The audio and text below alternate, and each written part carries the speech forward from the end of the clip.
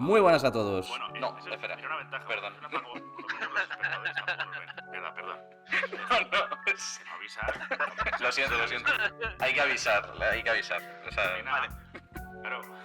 lo siento, Dani. Uy, te ha vuelto a vacilar eso, No, dale. Vale. Muy buenas a todos. Bienvenidos a Hipótesis Nula, el programa de la gente guapa por segunda vez. Ya hemos intentado hacer este programa alguna vez. Bueno, hemos tenido algunos problemillas que, bueno, pues la gente de Twitch lo puede ver. Si estuvieras viendo el programa en Twitch y no en YouTube o en Spotify, pues podrías disfrutar de este premium contenido en el que, bueno, pues tanto Dani, Álvaro y yo vamos a entrevistar a Gustavo. Muchas gracias por venir. Que es compañero del laboratorio de Dani, aunque en temas diferentes, que es algo importante. ¿Qué tal? ¿Cómo estamos? Hola, ¿qué tal? Muchas gracias, Dani, Fer, Álvaro, por la invitación y pues muy contento de poder platicar un ratito sobre lo que estamos haciendo acá. Muy bien, pues Dani, si quieres pasa con la introducción de Gustavo y vamos a ver qué le preguntamos, qué tenemos por aquí. Antes, voy a hacer un pequeño comentario. Dale. Pero eres un capullo, ¿cómo que compañero de laboratorio? Es la costumbre. Laboratorio. Es la costumbre, Lo más- vosotros. Lo más cercano al laboratorio que hicimos Bueno. fue instalar la cafetera, ¿no? Bueno, Y nos costó un rato, ¿eh? un profesor que hemos tenido nosotros de geometría decía que para hacer física teórica lo que hace falta es papel, un lápiz y mucho café. Entonces, esa a lo mejor podría ser la primera pregunta, ¿no? Si corroboramos eso. Pero Sí, bueno, el café nunca falta, o sea, nunca sobra. nunca hay suficiente. Bueno, es mi compañero de despacho, o sea, trabajamos en el mismo despacho, aunque en temas un poco diferentes. Entonces, pues, creo que sí, me toca presentarle, ¿no? Ya que le has aquí arrastrado. completamente, forma completamente voluntaria, sin ningún tipo de presión ni coacción, ni ninguna amenaza a la máquina de café. Ningún grano de café ha sufrido daño en este proceso. El proceso de una máquina ha sido secuestrada. Puedes hacer este No gesto está, no para la tengo pedir para ayuda. nada aquí amenazada a la máquina de café. Bueno, pues aquí tenemos como invitado a Gustavo Azael Cruz Pérez, que es estudiante de doctorado en el CIMBESTAB de México. CIMBESTAB son las siglas, o el acrónimo, la contracción, no sé cómo se llaman estas cosas, siempre me confundo. ¿Acrónimo? Del Centro de Investigación y Estudios Avanzados del Instituto Politécnico Nacional de México. Hay varias sedes y en concreto él y yo estamos trabajando en la sede de Zacatenco, que ha sido pues como nos hemos conocido. Gustavo estudió física y matemáticas en el Instituto Politécnico Nacional de aquí de México, que por cierto es una de las instituciones de enseñanza superior más grandes de México, junto con la UNAM, el Tecnológico de Monterrey y otros tantos. O sea, buen nivel, buen caché. Tenemos Buena cosa. gente buena aquí, como podéis ver, aquí siempre contenido de calidad. Hombre, Sobre claro. todo el que no se graba, por eso tenéis que venir a Twitch a vernos, porque los que nos estáis viendo en YouTube os perdéis el contenido de mayor calidad de todo el podcast. Pero bueno, Que son nuestras caras mientras grabamos. sí, y los intentos fallidos de hacer una presentación. Cosas del directo. Esto. Tras terminar su licenciatura en Física y Matemáticas, estudió un máster, o como se conoce aquí, una maestría de 2 años en Ciencia y Tecnología del Espacio en el INAOE, que es el Instituto Nacional de Astrofísica, Óptica y Electrónica, también aquí en México. Después estuvo un tiempo fuera del mundo académico, trabajando en la industria, en modelos de Machine Learning, modelos de aprendizaje, de inteligencias artificiales, trabajando como programador y como una cosa que hacemos los físicos, que es resolver problemas aunque no sean de nuestro campo. Y este año pues ha decidido volver al mundo académico, volver a la diversión y empezar su doctorado en física de partículas elementales. Por eso lo hemos traído también, porque pues aporta otro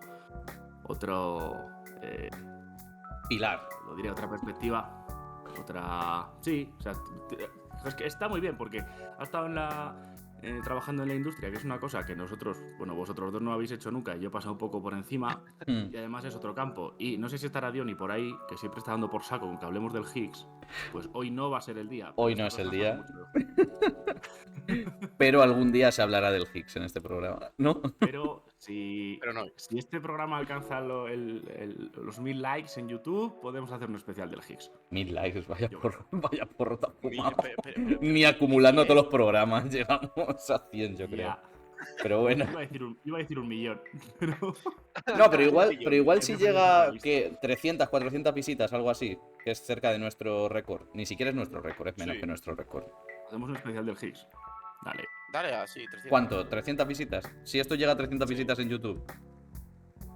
Venga. Pero ¿cuál es el número primo más próximo a 300? 301. No me la no recuerdo nada. Venga. Canceladísimo. Voy a poner la maquinaria de bots a funcionar, o el rasgo es especial. Cuidado, que aquí ya tenemos a los hackers activándose. Cuidado. Así que eso, superamos 300 likes, Dani hace un especial del Higgs. Ya está, dicho. Espera, likes o visitas que me pierdo. Visitas, perdón. Visitas, gracias. O que la suma de likes y visitas sea igual a 300. Más fácil todavía. O O, si alguien lo ve, tenemos una visita. una persona dice hola en los comentarios especial de Gil de 50 horas. Cuidado, hace falta medio like para que hagamos ese programa. Bueno, continuamos. Que nos vamos por las ramas. Entonces, aprovechando este contacto que tenemos aquí, que Gustavo, pues hemos decidido invitarle para que nos cuente un poco pues, su trayectoria, de a qué se dedica a su investigación, qué está haciendo. Entonces, hemos preparado una pequeña entrevista completamente sorpresa. Gustavo no tiene ni idea de las preguntas que le vamos a hacer. Esto es todo improvisado, todo en directo. Así que... de nada por anticipado, ¿sabes? Entonces... Se supone que son amigos a todo esto, o sea, Humildad, tú. total. sí. Pobre Gustavo, no va a querer venir otra vez ya. No. Y recordemos que no está en peligro mi cafetera. Eso es Eso es importante. lo más importante. Ya lo ha dicho él, así que es verdad. Entonces, si queréis hacer algún comentario, si queréis comentar lo que sea, hacer algo. Y si no, pues yo creo que podemos empezar. Venga.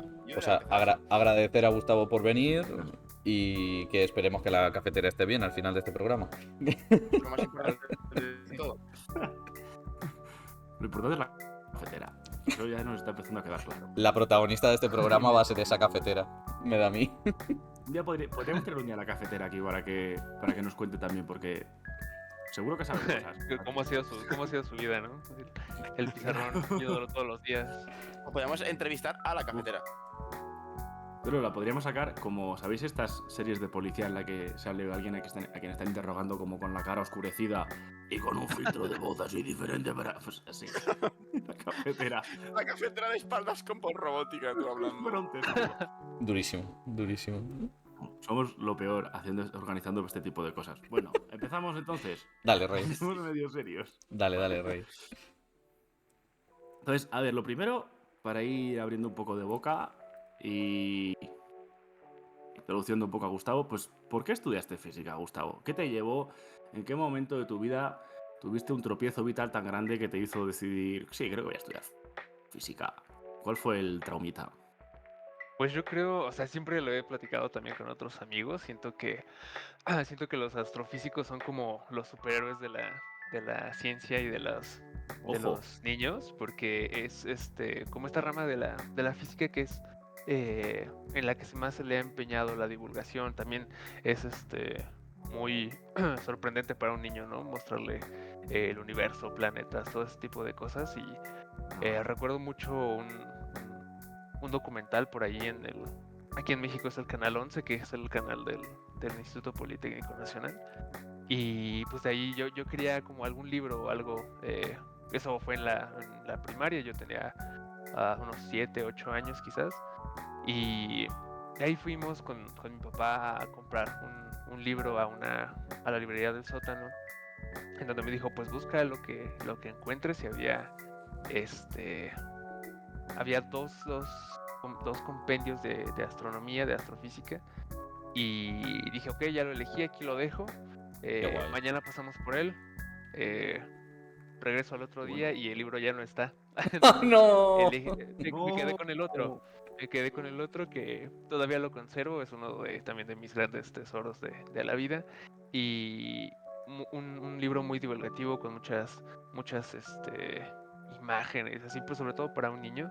Pero tenía una parte, sobre todo cuando habla de los científicos que desarrollaron la astronomía, ¿no? Y está pues Galileo, Isaac Newton, Einstein, y ahí fue cuando todavía no sabía que se tenía que estudiar física para estudiar astronomía, pero dije, yo quiero ser uno de esos personajes, ¿qué tengo que hacer, no? Entonces siempre estuvo ahí oculto el querer ser astrofísico, dedicarme a esa parte. Ya después como que lo ocultaba un poquito porque también los compañeros son así como incluso los mismos profesores, ¿no?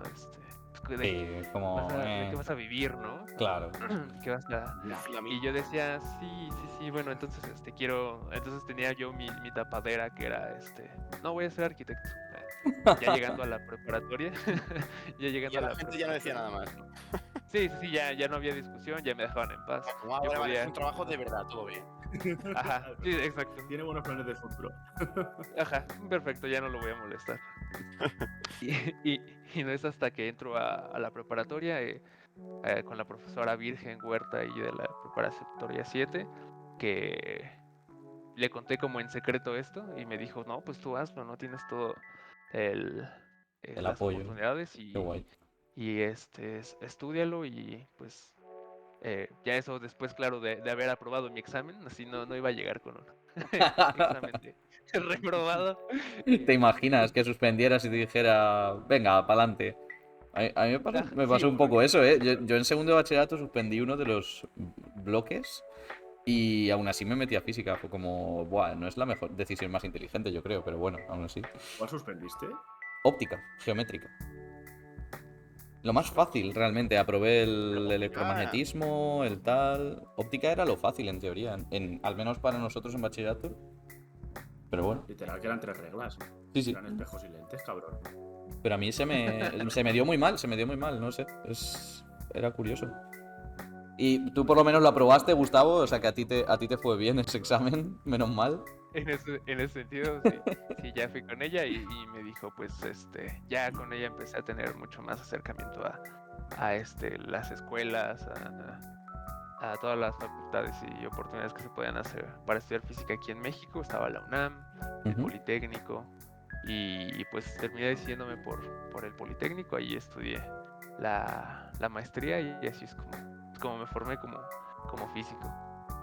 Yo tengo una pregunta. O sea, ahí en México, si tú quieres hacer astrofísica, no hay una carrera de astrofísica como tal. Tienes que hacer como primero X años de física y luego en la maestría te centras ya en eso, ¿o cómo funciona allí? Me da curiosidad.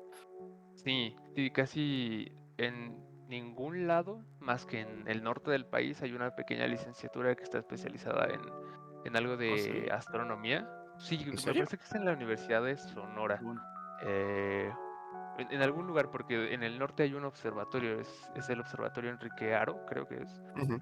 Y ahí se forman ya este nivel licenciatura astrónomos.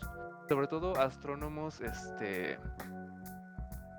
de instrumentación, Ujú. como no en la parte, digamos, teórica o cosmología, ¿no? Por Ujú. ejemplo. Pero sí ya hay algo. Ahora, en esta parte centro-sur del país, hay que hacer eso. Hay que primero formarse 4 años de física y entrar a una maestría en astronomía o en astrofísica. tú Es habrías como, sido arquitecto. es como en España, realmente. Lo normal es que se estudie la carrera de física. En Sí. nuestro caso, en la Complutense, sí que se puede elegir un itinerario de astrofísica porque hay muchos profesores buenos en astrofísica. Pero, por ejemplo, yo tengo un colega en Honduras que él tiene la licenciatura de astrofísica, un poco similar a lo que contabas de Sonora. Allí Curioso eso. en Honduras también tienen una carrera como especializada en astrofísica, que es muy guay, la verdad. Yo Sí, probablemente me hubiera metido a esa en si hubiera podido Yo la verdad en es su que momento. eso me hubiera llamado muchísimo. Sí, Sí, sí, qué guay. totalmente. sí, me parece muy, muy curioso, ¿no? Que empiezan ya a especializarse desde la licenciatura. Aquí en el Politécnico habría una licenciatura en fotónica. O sea, Ujú. yo he visto mucha gente en Oh. óptica después de física y por todos lados en el país hay maestrías en óptica y ya empezaron a formarlos desde licenciatura, aunque es una ingeniería, ya empieza a formarse eso. Qué guay. Y yo tengo también otra pregunta. Ya que nos has comentado un poco lo de por qué decidiste estudiar física, ¿podríamos comentarnos ligeramente en qué se basa el doctorado que estás haciendo? Ah, claro. Sí, creo que eso también se me pasó al momento de Buen presentarme. punto. Bueno, actualmente estoy asociado al CERN, al Centro Europeo para la Investigación Nuclear, por sus siglas en francés, que no sé nada de francés.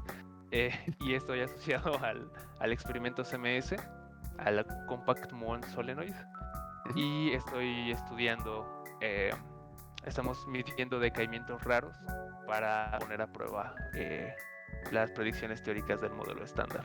Entonces estoy, pues sí, haciendo mediciones de decaimientos raros en ese detector. ¿Y podrías como explicar más en detalle qué es el experimento CMS, el que has comentado antes? Sí, claro, Por curiosidad. sí, dentro del CERN, o está el Gran Colisionador de Hadrones, tiene 4 principales detectores. Ujú. Esta es ALICE, el CMS, Atlas y el HCB. Cada uno de estos detectores tiene sus funciones específicas, a veces trabajan en conjunto. Y el CMS eh, está especializado en detectar muones. Una parte importante del decaimiento que estoy estudiando deriva en un par de muón-antimuón, que el CMS está especializado en detectar todos esos a través de sus diferentes capas de detectores, los calorímetros, y hay unas partes en donde se detectan los hadrones y los muones. Y con esa información que nos proveen los detectores, hacemos el análisis. Y pues ya. Wow. O sea, Ujú. es Pues- colisión de partículas, ¿no? Es decir, Sí. colisionar partículas y según el tipo de rastro que dejen, eso es lo que estáis analizando, ¿no? Sí, Algo así. dentro de los tipos de colisiones que pueden generar el LHC, están colisiones protón-plomo, protón-protón, bueno, protón-protón, protón-antiprotón, que son Ujú. las que donde son el tipo de colisiones que estamos estudiando a ciertos tipos Ajá. de energía de centro de masa, que con el tiempo van a empezar a aumentar lo que es lo que conocemos como la luminosidad también, que tantos de estos bonches de protones van a chocar, y es como la parte de renovación del LHC, que la gente está muy emocionada por lo que venga. Ahorita, digamos, es como que la parte en que se va a trabajar antes del 2030, y después va a haber más adecuaciones para poder explorar todavía más procesos no vistos aún. Entonces hay mucho que hacer ahí. Mucho trabajo. ¿Y cuál es la presencia de México en el CERN en general? Sí, bueno, México es un país que a lo mejor nunca nos dicen, al menos a nosotros como estudiantes de licenciatura en México, que sí hay alguna colaboración o oportunidades de entrar allá, pero eh, yo conozco que hay 3 principales lugares donde se puede hacer colaboraciones con CERN, pero con diferentes detectores. Ujú. El Politécnico, principalmente el CIMBESTAF, está asociado con CMS. El grupo del doctor Heriberto es el líder del experimento CMS a nivel nacional, que es mi asesor, y él es el que dirige el equipo con CMS. También dentro del CIMBESTAF está el doctor Corral, pero él estaba trabajando antes en Atlas. Ahorita ya creo que ha dejado un poquito esa parte de llevar estudiantes, de hacer investigación y mediciones en esa parte, pero desconozco un poquito eso. Y la UNAM tiene una muy fuerte colaboración con ALICE. Se han hecho, de hecho apenas en lo que es la Universidad la UNAM y la Universidad de Sonora, eh, han ido estudiantes de doctorado y de maestría al CERN a conocer sus instalaciones, porque uno tiene que hacer como Estancia o algo así. ajá, como sí es una estancia, pero también es como, bueno, ya te dimos datos, ¿no? Ahora ven tú a arreglar algo, A no sé, producirlos o... ajá, Ah, qué guay. Haz cosas, ¿no? En vez de solo haz pedir cosas, datos. ajá, como Como ven bueno, aquí le aquí. decimos servicio social, no sé, Ah, en España, o sea, Ah, y regresas un poco como lo que te han dado, te ponen ahí a medir, a hacer como cositas que también apoyan como al CERN, ser un poquito también mano de obra, pero claro, es ir allá y jo, pues pero qué es guay. O ¿puedes sea, hacer tu es servicio ser... social eso es, allí al CERN? exacto. Es que ser mano de obra en un sitio, bueno, privilegiado. O sea, Exacto, guau, uno de los sitios donde se trabaja la ciencia más avanzada del mundo. O sea, que exacto, sí. Es que yo brutal. conozco gente de física que ha estudiado con nosotros que habría dado Que una pagarían pasta y un muchísimo. huevo Sí, Exacto. sí, Sí, sí. sí, sí. por estar barriendo en el CERN, ¿sabes? Por estar Totalmente. limpiando las tazas de café y llevando cafeteras. Totalmente. O sea, Exactamente. pero no, por el hecho de poder estar allí. Qué guay, ¿no? Como Pero aquí. está guay que haya varios sitios allí en México que, pues que también colaboren. A mí me sonaba un poco, pues, algunos de los que hay en España que colaboran tanto. CMS, ¿cuántos años lleva activo CMS más o menos? Porque a mí me suena como de que lleva mucho, mucho tiempo. Sí, no sé, yo creo que han de ser más de 20 años. Más, ¿no? Sí, por Y ahí, por claro, ahí. ha habido temporadas en que se detiene el experimento y Claro. restauran los calorímetros, pues siempre se están dañando esas, Y esos, renovando esos componentes. y aumentando las energías de colisión también, ¿no? O algo así, porque no empezó en 21 TeV o en 14 TeV, sino que empezaría en No, menos, en 7 o así. sí, las primeras yo he visto papers como del 2010 de 7. Ah. Sí, sí, sí, muy pocas, Pero bajas tengo, energías. En el 2006 hubo un paper que se llamaba Physics Technical Design Report Volume 1 Ujú. de CMS, así que sí debe ser como por esa fecha que estaba buscando. Ah, Lo guay. hemos comentado. yo De tengo principios de los 2000. otra pregunta con el CMS, porque a mí sí que me pilla un poco lejos. O sea, con este experimento, con la información que tú sacas, ¿qué es lo que se podría aportar? ¿O cuál es alguna pregunta que se podría ayudar a resolver? Es que igual lo has mencionado, pero igual no me he entrado.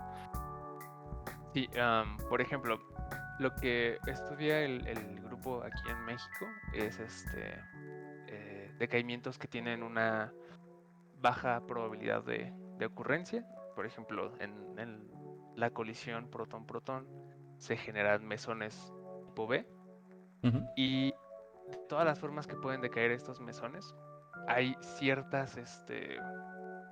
ciertos decaimientos que ocurren a probabilidades muy, muy bajas. Entonces, lo que uno hace es quitar estas otras formas de decaimiento y estudiar solamente el decaimiento que tiene probabilidades bajas. Y claro, pues debido a eso tenemos pocos datos. Pero lo interesante está que al momento de recolectar esos datos y hacer mediciones sobre sus observables, eh, lo que se obtiene es, en ciertas regiones y en ciertos observables, una desviación muy pronunciada con respecto a las predicciones del modelo estándar, ¿no? Sin extensiones, ¿no? El modelo estándar así como está ahorita. Ujú. Eh, y eso ha propiciado toda esta investigación alrededor de los decaimientos de mesones B, porque o podrían ser indicios de física más allá del modelo estándar, que estamos viendo nueva física y hay personas que están modelando de manera teórica qué es lo que podría estar pasando con estas desviaciones que se ven al momento de hacer la medición de estos observables. Y hay gente como a favor del modelo estándar, que en realidad pues tenemos bajas estadísticas, o sea, pocos datos, o que son efectos hadrónicos que no se han modelado bien al momento de hacer las mediciones. Y pues ahí está como esta discordia entre los dos y aún actualmente no tenemos algo concluyente porque tenemos desviaciones con respecto a las predicciones de más o menos 3 sigmas, 3.6 sigmas. Y claro, para tener algo concluyente necesitamos una desviación de más de 5 sigmas, 5 o más de 5 sigmas, ¿no? Como lo que pasó con la detección de Una, Higgs. una pregunta con esto. En parte para mí, pero también yo creo que un poco para la gente. Si ya habéis llegado a 3,2 sigma y si hay que llegar hasta 5, o sea, como que la diferencia que queda es pequeña, ¿no? Entonces sería muy difícil, una vez que tienes un experimento con una desviación de 3,2 sigmas, conseguir o, digamos, hacer mediciones que confirmen las 5 sigmas de diferencia, o es un camino no lineal. Porque entiendo que puede sonar como que, bueno, que ya estáis a más de la mitad de camino, ¿no? Entonces, pues solo es ir un poco más para allá. Sí, Si nos es puedes explicar un poco cómo va esto. algo. Es También, algo te digo, también para mí, complicado porque de yo de hacer. estadísticas sé entre 0 y nada. Eso que acabas de decir es importante, ¿no? Y que cuánta estadística sabe alguien de licenciatura en física, pero si quieres luego lo platicamos porque es algo que me interesa mucho, ¿eh? Eso. Para llegar a más allá es complicado porque pues sí podemos hacer reajustes, se están planeando estos reajustes al LHC para que pues Ujú. haya más colisiones de protón-protón, pero eso también indica que va a haber muchísimo más ruido en nuestras señales, y tener más datos lo que hace es que disminuye las incertidumbres estadísticas. Pero claro, nos da muchísimo más ruido y aumenta un poco la incertidumbre sistemática, que es lo que viene inherente a los detectores, mejorar los detectores. Y pues mejorar un detector es muy caro, ¿no? Entonces llegar a eso, llegar a más allá, podría darnos acceso a esa información cuando se hagan estas adecuaciones nuevas al LHC, pero también representaría estos retos de cómo limpiar ahora las señales, de cómo analizar la cantidad de datos, porque si bien los datos que nosotros vayamos a usar solamente crecerán en 3 o 4 veces más, la cantidad de datos que se van a generar de las colisiones protón-protón no van a crecer 3 o 4 veces más, van a crecer muchísimas órdenes de magnitud. Entonces, ¿dónde vamos a acumular todos esos datos? Porque Claro. todo lo que sale de la colisión se tiene que registrar. Después se limpia, después se eliminan mucho, pero el primer registro se tiene que guardar en algún lugar, ¿no? Entonces necesitamos almacenamiento para tener todo eso. Es todo un tema. De órdenes de magnitud, más o menos, ¿cuánto hablamos cada colisión que pueda dar en información? Grosso modo, A un ver. orden de magnitud. Sí. Yo recuerdo que por colisión hay 4 bunches y cada bunch de protones trae como 10 a la 12, y de cada colisión uno va a tener varias propiedades que se pueden medir, momentos, energías, etcétera. Entonces por cada colisión habría como unas 70 variables, 90 variables, si no es que más. Entonces 70 por 10 a la 12 por unos 7, de que son los bunches. Y eso Son los 10 a la 13, 14, algo así. 13, 14, y con las adecuaciones entraríamos como en 10 a la 16 quizás por la cantidad de... Sí, entonces Pero 10 a la 16, ¿qué exactamente? Perdona. Claro. datos variables a almacenar. Por ejemplo, una energía, un momento en X velocidad. O sea, que son datos en coma flotante, entiendo, y en función de cómo se codifique ocupan más o menos. Eso seguramente esté ya optimizado, entonces más o menos en megabytes o en gigabytes o en kilobytes, ¿cuánto puede ser aproximadamente? Uy, no sé, creo que Ahí ya sí, depende mucho, ¿no? De la codificación y todo esto.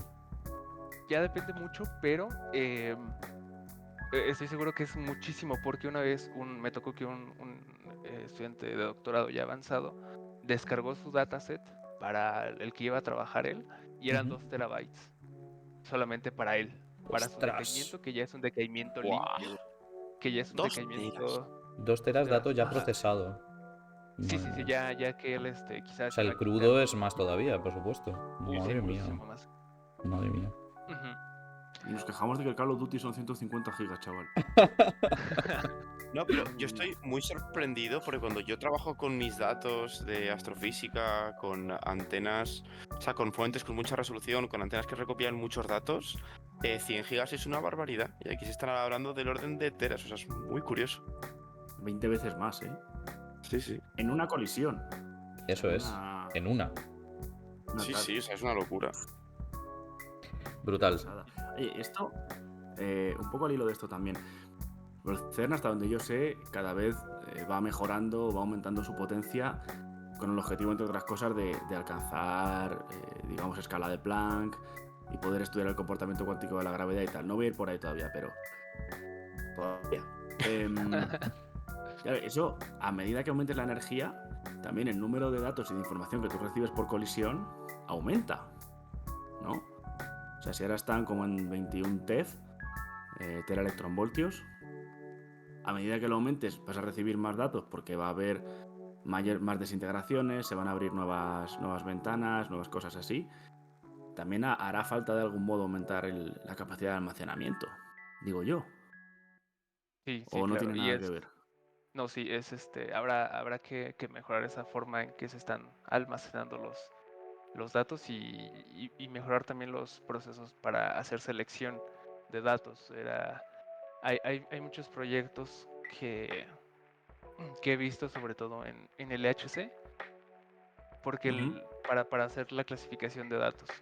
Antes, bueno, actualmente existe todavía un sistema que se llama de triggers, que uno se queda con datos que son físicamente más relevantes para el estudio, digamos, que tienen cierto momento transverso, que Ajá. tienen ciertos ángulos, y los demás se desechan. Pero eso, digamos, es como solamente tener un umbral, no un if.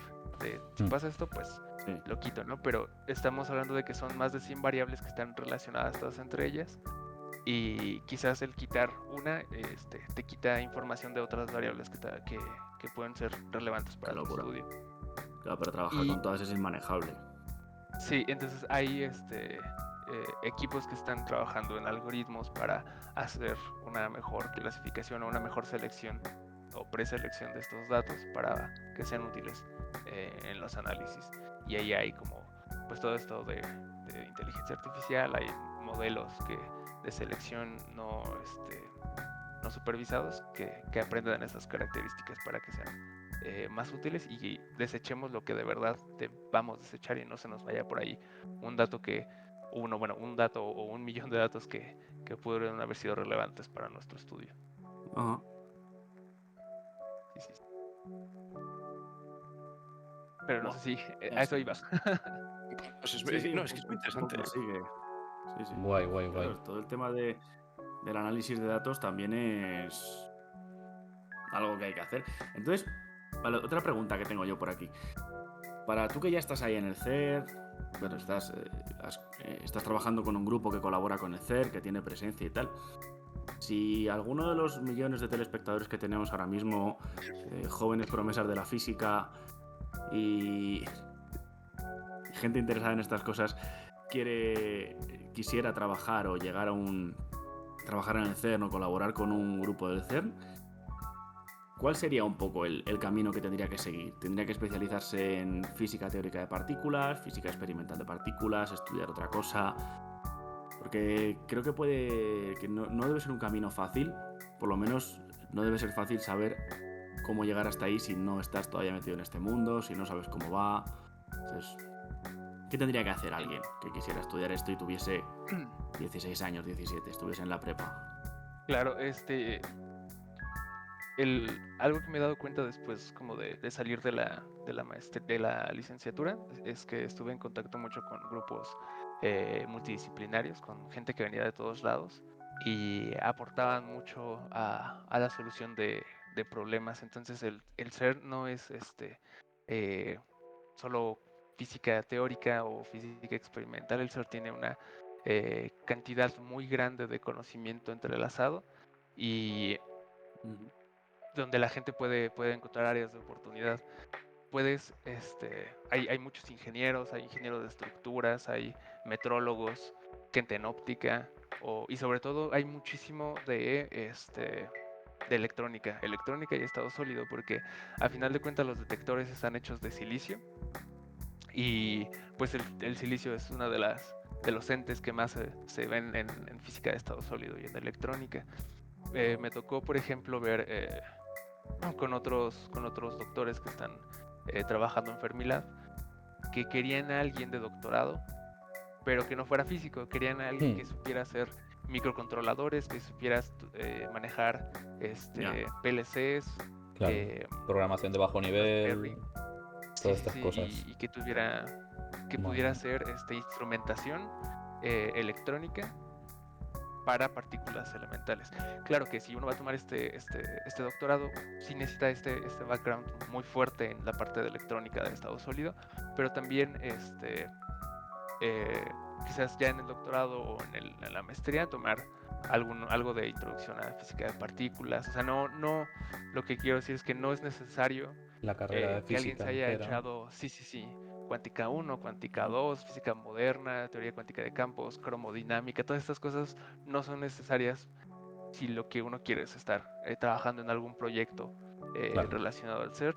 Y aquí en México pues se pueden acercar a la UNAM, al centro de Albert Investav, al IPN, y también la Benemérita Universidad de Puebla está haciendo cosas con detectores, sobre todo en esta parte más dada a la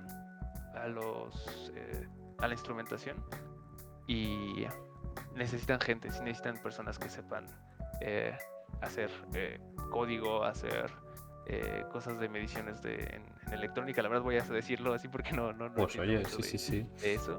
Quien Pero quiera sí, que hay vaya bastante. aplicando porque hay mucho trabajo por allí, entiendo. Muchísima Más, demanda. Sobre todo en que los siguientes años. si quieres trabajar de esto, ponte en contacto con alguien que lo haga y esa misma persona te va a decir, mira, necesitamos que aprendas a programar Pascual, esto o eso que es. aprendas a hacer estos detectores, acabas de empezar la carrera, la que sea, aprendes durante estos años y vuelves dentro de 3 años que aquí tienes trabajo, ¿no? Como que Sí. no sobra gente. Yo creo que incluso este es tipo más de- como de, bueno, ¿qué sabes hacer? Y lo Ok, vas aplico ir al CERN, a pero tal. esta parte no. Ajá. Eso es más fácil adaptarlo. O sea, como hay tantas necesidades que alguna de las cosas que sepas casi seguro que encajan ya en alguno de los Seguro que proyectos. viene bien. Qué guay. Eso es un poco lo Yo- que ¿Sabes mola hacer buen también. café? Perfecto. ¿El que ha dicho, Dani?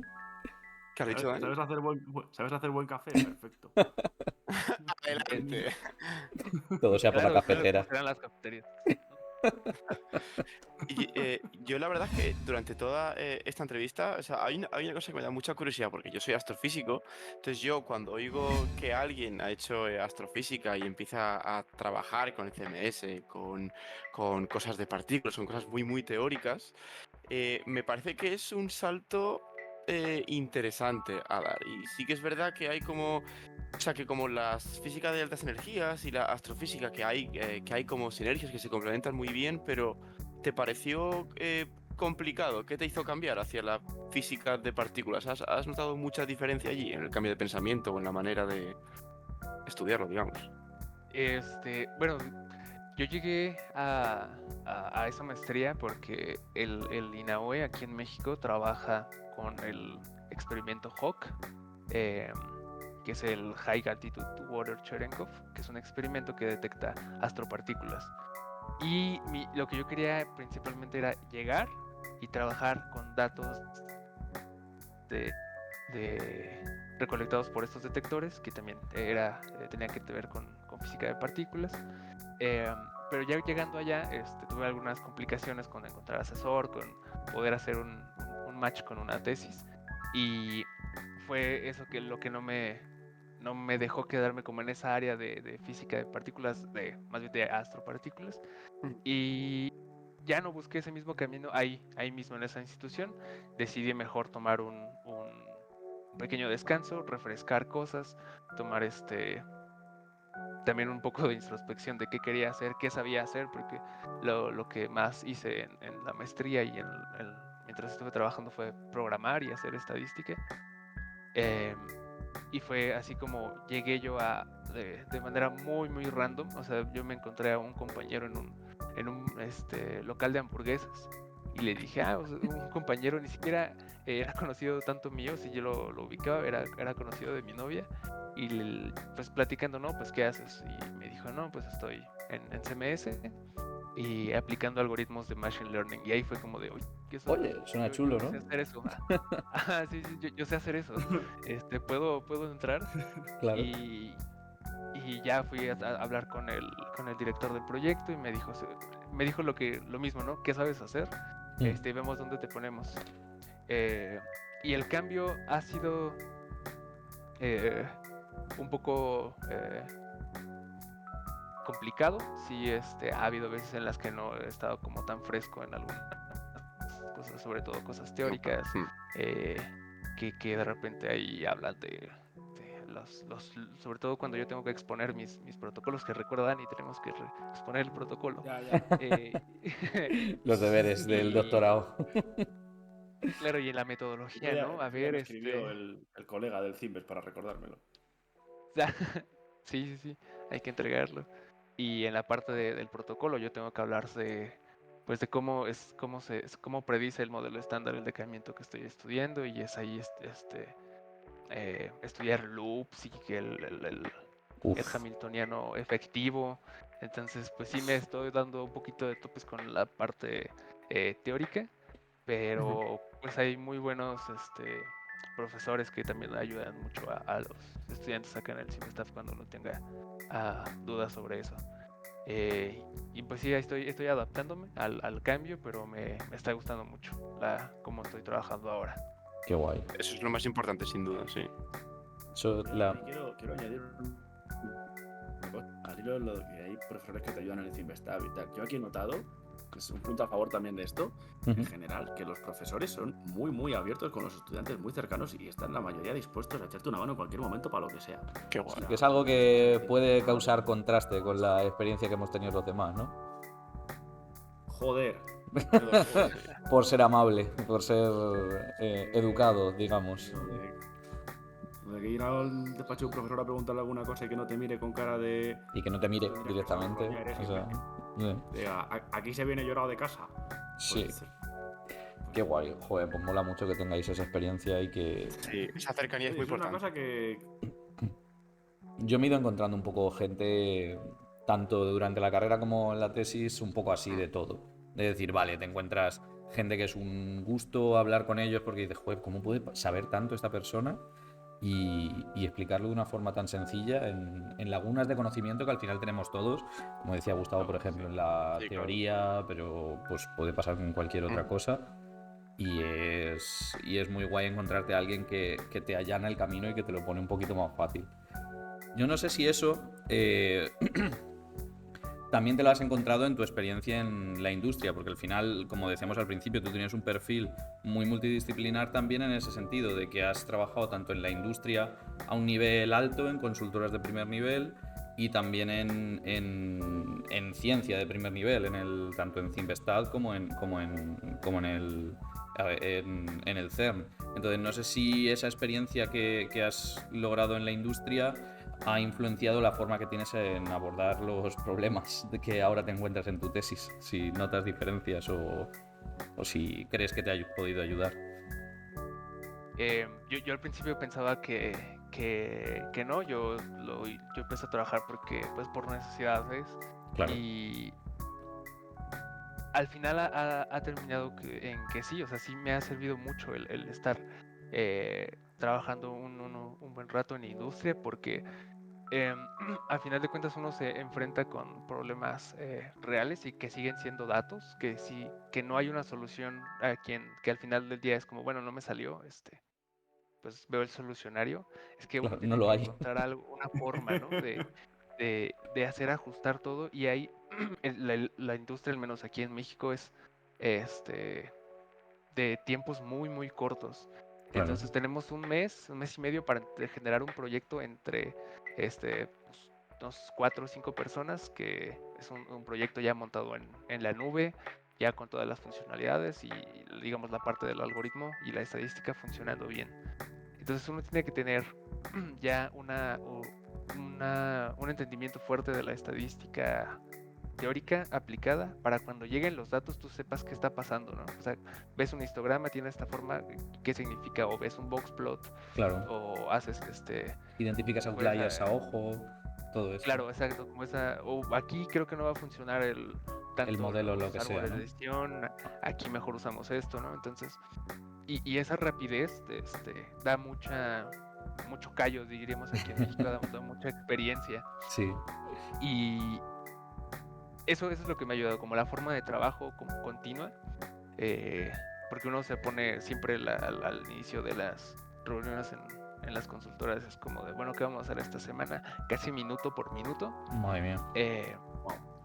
Y un poco de eso he traído como, o quiero también traer hacia mi trabajo todos los días, como de, bueno, tengo que tener esto a tal día, ¿no? Si no, pues ya veo cómo lo arreglo, ¿no? Sobre todo como para organizarme. Pero en la parte técnica, hubo un proyecto en el que estuve en la primera consultora,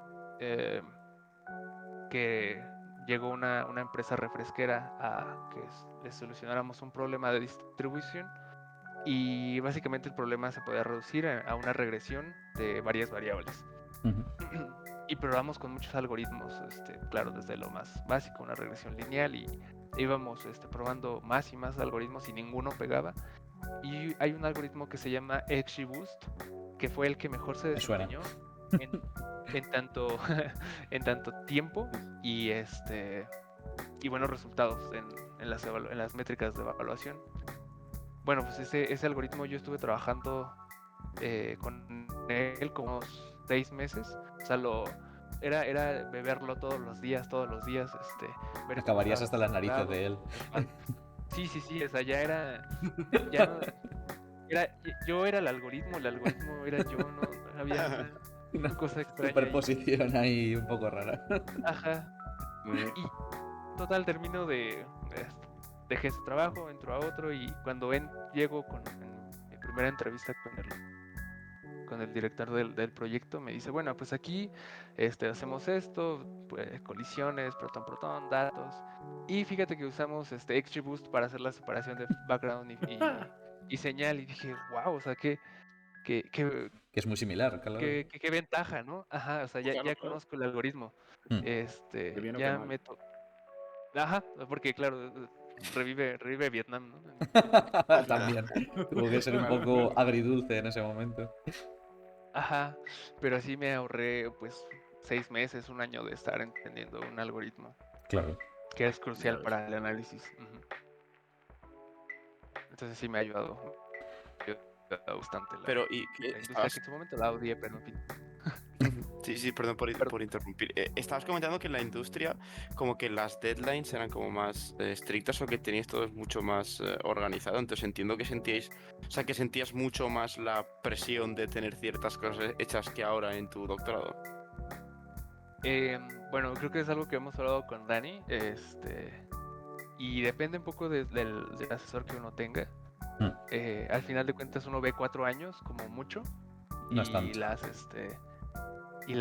claro, y la condición aquí en México es, bueno, pues la condición básica es publicar un artículo en 4 años y más otras cosas, ¿no? Y la gente está pues muy tranquila en esta parte. Creo que depende mucho de con quién esté trabajando uno, pero a veces es como, pues mira, si no traes resultados no pasa nada, los traes la siguiente semana, o O la si no puedes hoy, siguiente, o la siguiente. mañana vienes, pregúntale a tus compañeros, ¿no? Al final de cuentas, pues en las empresas es el dinero de la empresa que está corriendo riesgos, si uno no sé. Si uno no entrega los proyectos, pero acá es como un tanto más relajado, creo yo.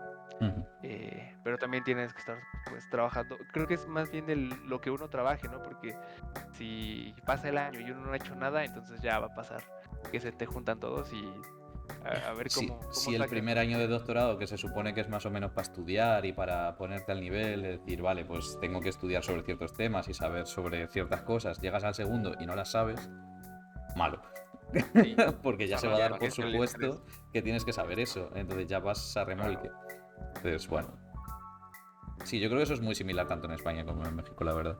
Sí. Tanto en industria como en ciencia.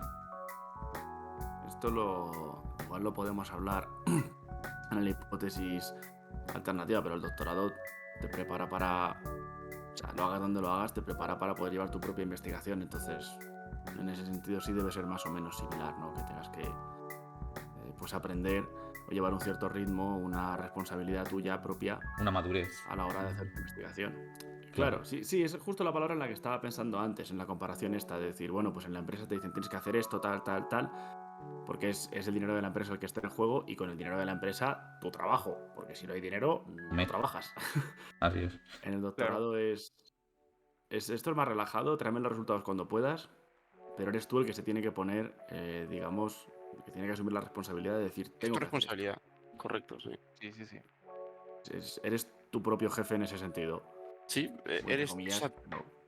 Muchas comillas para porque ti tienes un lo más jefe, pero. interesante. Y dependes Sí, no, mucho pero. del jefe que tengas y de cómo Sí, pero tú gestione eres el esas más cosas. interesado en que Pero... todo salga bien.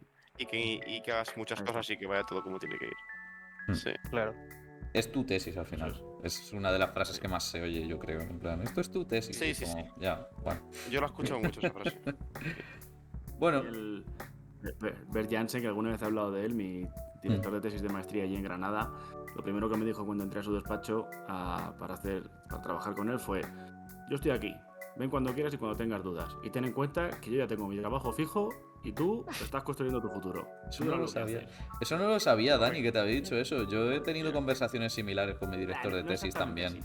así, En plan, de. pero El ritmo lo acaba marcando el estudiante. Entonces, si tú tiras, Sí. yo tiro. Si tú vas a remolque, pues bueno, ahí quedarán las no cosas. exactamente así, pero sí que me dijo. tu Sí, trabajo. que está en tu mano, está en tu tejado, vaya. Entonces, bueno, sí, Estaba implícito yo tengo mi futuro resuelto y tú no. exacto. A partir de ahí, El futuro. tú te gestionas. Futuro. Oye, y después de Sí, esto, pero creo que en Gustavo, todos lados ahora hay que ya así, ¿no? estás. Ah, perdón, sí, ¿Cómo? dime. Perdona.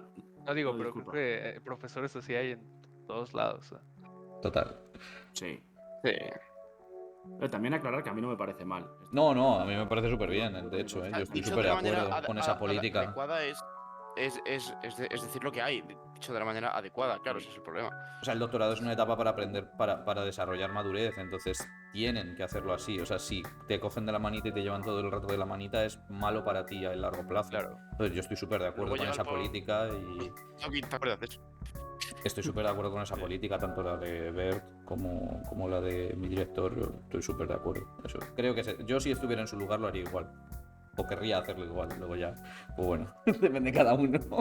Dices, no, yo haría. Pero bueno, que me voy por las ramas, Que el perdonad. estudiante responda, ¿no? Sí, esa es la idea, claro. Bueno.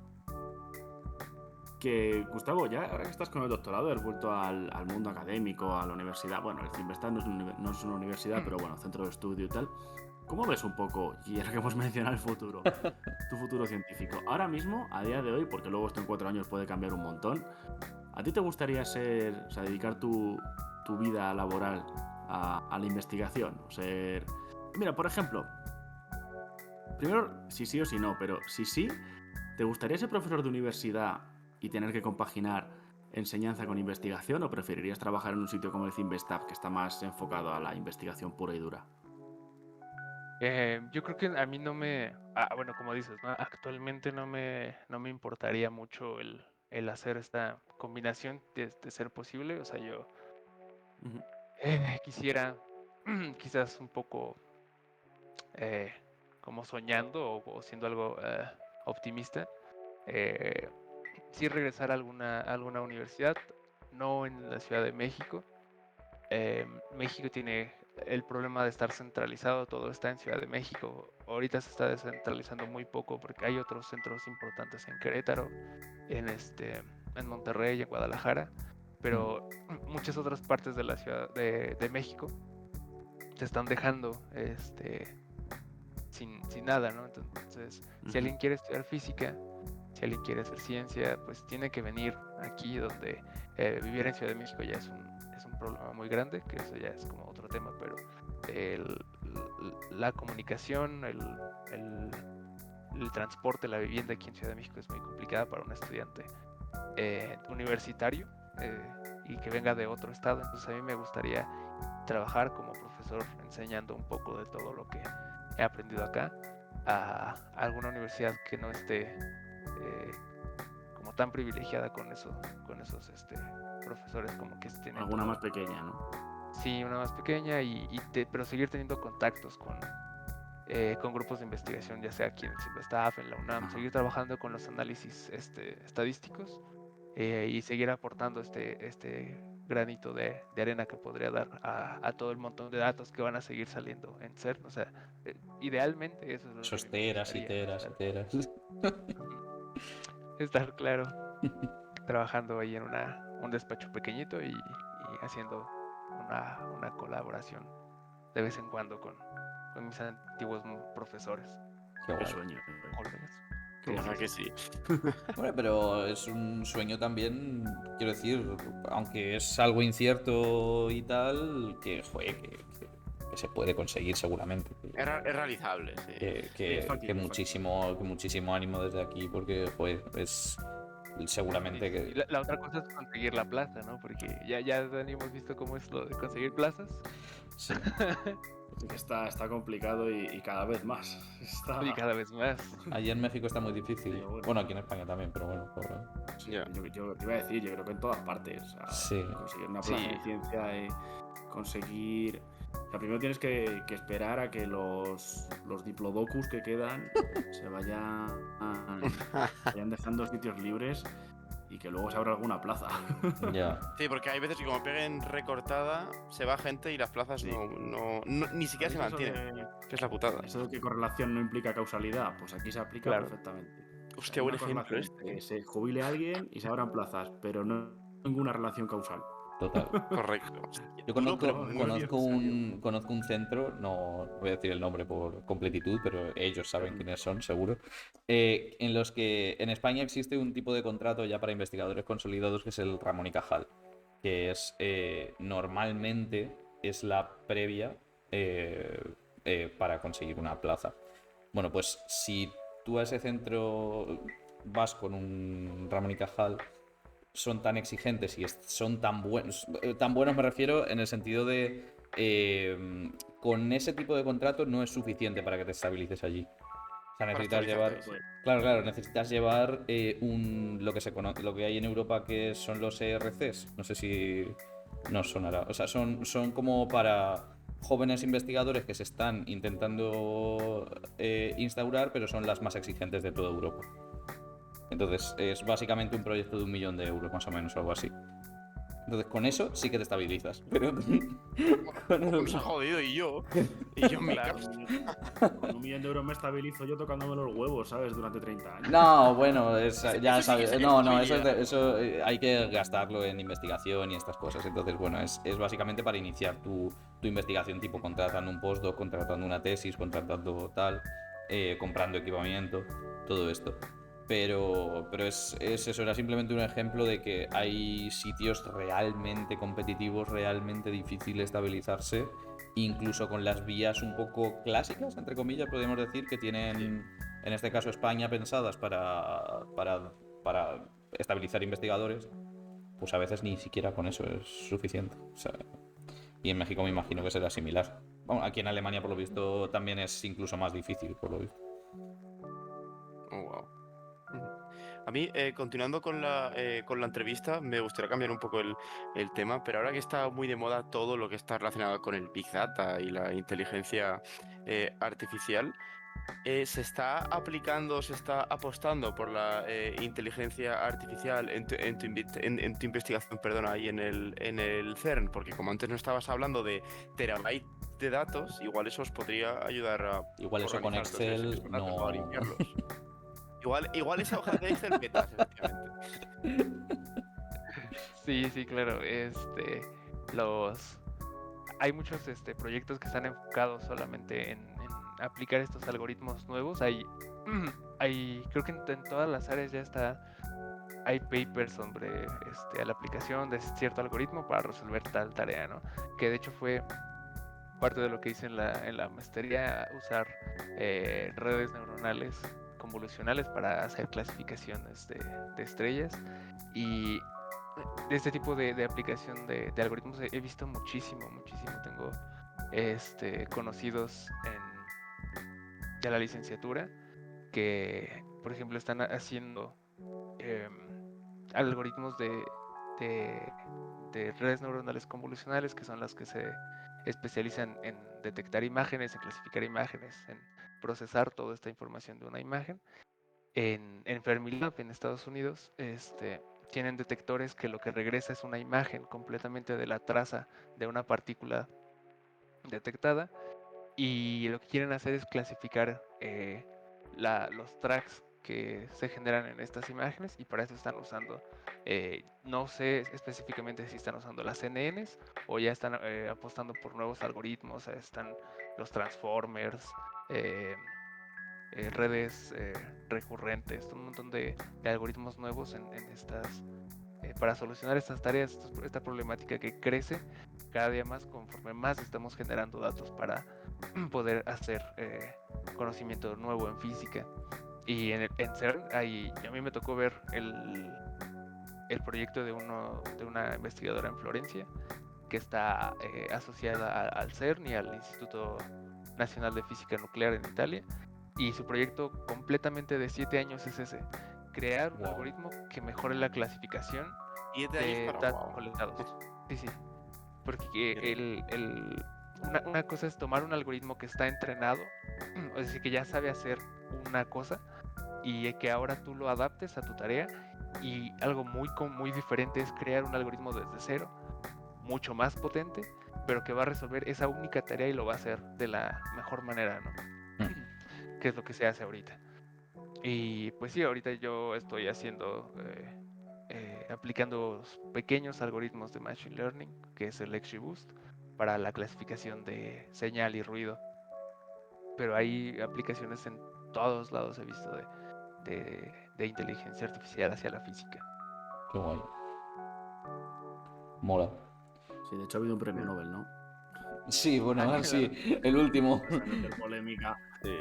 Quería haber hecho, No, pero sí que- quería haber hecho un programa yo de eso, macho, pero no nos dio, nos pilló mal, Nos pilló mal, pilló ahí No, con, pilló con mi tesis Todavía se y puede hacer. todavía se podría que- hacer, La porque siguiente da, Nobel hay Que tiempo. llegue el siguiente. da para hablar, A mí me pero parece un tema interesante. es muy interesante, la verdad. Otro Pero día es- lo no, podemos. pero a mí me parece muy curioso escucharte, porque en astrofísica, bueno, en la parte donde estoy yo, en radioastronomía, también ahora se están dando bastantes fondos a Machine Learning y a inteligencia artificial para también facilitar todo esto de la reducción de datos, o para automatizar cosas que a nosotros nos quitan muchísimo tiempo. Pero es curioso ver cómo también en otras ramas de la física todo, digamos, apunta al mismo camino, la verdad. Pues ya ves, tu tesis seguramente no se puede hacer con Machine Learning, obviamente, porque todavía no estará desarrollado, pero había parte del trabajo importante que era de clasificación o de... Sí. Entonces, joder, que eso pudiera hacerlo con la misma significancia estadística un algoritmo o varios o lo que sea, sería la caña, Sí, sí. porque es que Es te que permitiría ir... reducirías 4 años a que a un mes o a 2 meses. Sí, Ya eso ves, es una puta locura. ya ves.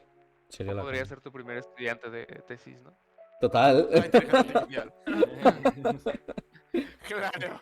O bueno, también se podría ver como el primer estudiante que tengas que desarrolle ese algoritmo, o esa red de algoritmos, es lo que se Desarrollar necesite. tu estudiante de tesis, oh Dios. ¿Eso es legal? No, que no me has entendido. No. Que el estudiante de tesis que tengas haga Sí, ese algoritmo. sí, sí, sí. Qué guay. Te fabricas tu propio estudiante de tesis, ¿sabes? Te lo crafteas, te lo O le crafteas. sale mal. Con 2 de hierro y un palo, espada de hierro. Ala. Ya está. Pues por terminar, que ya llevamos un ratillo, yo si quieres simplemente te voy a preguntar cuál es el propósito final, un poco más así filosófico si quieres, o el propósito final o lo que aspiras con tu investigación. Yo creo que es una pregunta un poco complicada, pero bueno, así para finalizar, pues para dejar una reflexión Ya te lo he dicho antes, para nuestros espectadores. Reventar el modelo estándar y demostrar que es una mierda, que hay que Sí, corregirlo. sí, Otro parche. es lo que estoy buscando, ¿no? ¿En serio? Qué guay. Cerebro, A tope. Bueno, pues esa podría ser un objetivo que no creo que pase, por por la cantidad de datos que vamos a tener. Lo que sí podríamos entregar son mediciones que tengan menos errores estadísticos y mejorar un poco en la parte de errores sistemáticos de estas mediciones, Ujú. y ver si esta comparación con las mediciones que se hagan aquí en México cuadran con todas las que se están haciendo ahorita en todo el mundo, porque la colaboración de Ravy Physics está si no me equivoco, son 34 países que estamos haciendo la medición, y vamos a ver cuáles entre todos los métodos que estamos usando, cómo nos estamos alejando o nos estamos acercando a la medición de estos observables ¿Y angulares. qué medición es esa concretamente? ¿O cuál es una de ellas? Fíjate que sí, solo es un parámetro que, digamos, uno crea una función de densidad de probabilidad que tiene muchos parámetros Ujú. que describen el decaimiento. Entonces, hay parámetros que todos los puede predecir el modelo estándar. Y cuando los medimos, deberían estar ahí, ¿no? Claro. Deberían estar en concordancia. Y es uno solo de ellos, que es el P'5, que está en una desviación de 3.6. Si reducimos esas desviaciones estándar en nuestra medición, pues como que sí estaría indicando que en realidad son efectos de los detectores, también efectos de baja estadística. Pero sí, pero sí con datos nuevos, porque lo que estamos mejorando es que tenemos datos de colisiones de 2024, 2023, y las desviaciones aumentan, estaríamos hablando de posible Nueva física. Claro. Wow. Entonces eso sería muy interesante para el grupo, para todos los grupos de... ¿Y eso lo estáis midiendo 34 grupos diferentes experimentales? Bueno, no, vosotros sois teóricos. ¿Vosotros también lo estáis midiendo o...? Sí, sí, sí. Ah, vale. El grupo es experimental, sí, sí. Ah, vale. Y lo que hacéis es, en 34 sitios diferentes del mundo, hacer la misma colisión. Estudiar los mismos datos, sí. Estudiar el mismo decaimiento. Y cada quien usa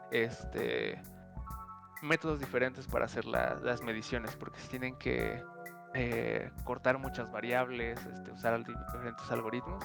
Ujú. De repente entro ahí a las reuniones que tiene mi asesor, y de repente se pelea con los griegos, no lo hicieron bien, y los Que de no la calculan India la no media calculan con n, sino es- con n-1. Sí, no sé sí, qué. sí. Y Bueno, la media no, pero bueno. chico colombiano, hay un estudiante colombiano que siempre me dice, pues, ¿cómo dice este marica? Yo no sé qué ha calculado porque no tiene nada, ¿no? Es como Unados. me gusta más la convivencia tan amena entre los grupos. Qué guay. Con palomitas, mirando a ver cómo se pelean. Claro, cómo se pelean. Me recuerda a algunos ensayos que hemos tenido nosotros durante mi tesis con empresas que se llaman ensayos interlaboratorio, en los que, bueno, pues es a menor escala y con menor complejidad, evidentemente, pero que al final es un poco eso, que todos tenéis que medir lo mismo, tiene que salir lo mismo, pero hay uno que claramente lo está haciendo mal y hay que decírselo de forma más o menos educada, Sí. depende de la relación que tengas con él. Si no hay ninguno que lo está haciendo mal, entonces eres tú el que lo está haciendo mal. Correcto, eso es. Bueno, no suele pasar, porque quiero decir, no son cosas tampoco demasiado. Quiero decir, hay que ser un poquito sistemático, un poquito ordenado y salen las cosas. O sea, tampoco es neurocirugía. Pero bueno, qué guay. Pues hasta aquí hemos llegado, más o menos. Llevamos una horita, yo creo que está bien, ¿no? Sí, Más o menos. Por supuesto, siempre tú, Fer, que estarás atento al chat. Si hay preguntas o lo que sea, exacto, pues que nos las dejen por el chat. Pues bueno, podemos dejar si Gustavo utiliza redes sociales o lo que sea, tiene perfiles relacionados con la ciencia, pues los podemos dejar en la descripción. Pues bueno, todo esto. Quiere. Sí, claro, si quieres, si no, pues no. Lo que sea. Pero por si queréis contactar con él, pues bueno, tenéis su nombre, le podéis contactar en LinkedIn. Yo le he fichado por LinkedIn, ya le tengo fichado. Entonces, le podéis escribir si tenéis cualquier duda de lo que nos ha estado contando. Agradeceros primero a Gustavo por este ratito que nos ha dado y por toda la experiencia que tiene. Gracias por venir. Y a Dani y a Álvaro también por acompañarme siempre. Y al público que estáis por ahí, pues también. Muchísimas gracias. Antes de a que todos. termines, Fer, dos Dime. cosas. Una, que la gente, aunque no lo esté escuchando en directo, si lo está escuchando en YouTube o lo que sea, también puede dejar comentarios ahí Exacto. en YouTube por si tiene dudas y los recolectaríamos y los explicaríamos en Exacto. el programa siguiente, por supuesto. Y lo segundo, que nunca lo decimos, gracias también al organizador que eres tú por todo esto. Siempre estás agradeciendo a todo el mundo y nadie te agradece. Pues ala, ahí lo tienes. Ya me agradezco yo, no pasa nada. Me tomo un kebab luego por la noche. Así que nada, lo dejamos por aquí y lo dicho, muchísimas gracias a Gustavo sobre todo por tu tiempo Al contrario, muchas gracias. y nos vemos en la próxima. Chao. Pues ya está. Pues ha sido un placer como siempre. Chao, chao. Vale, Chao. gracias.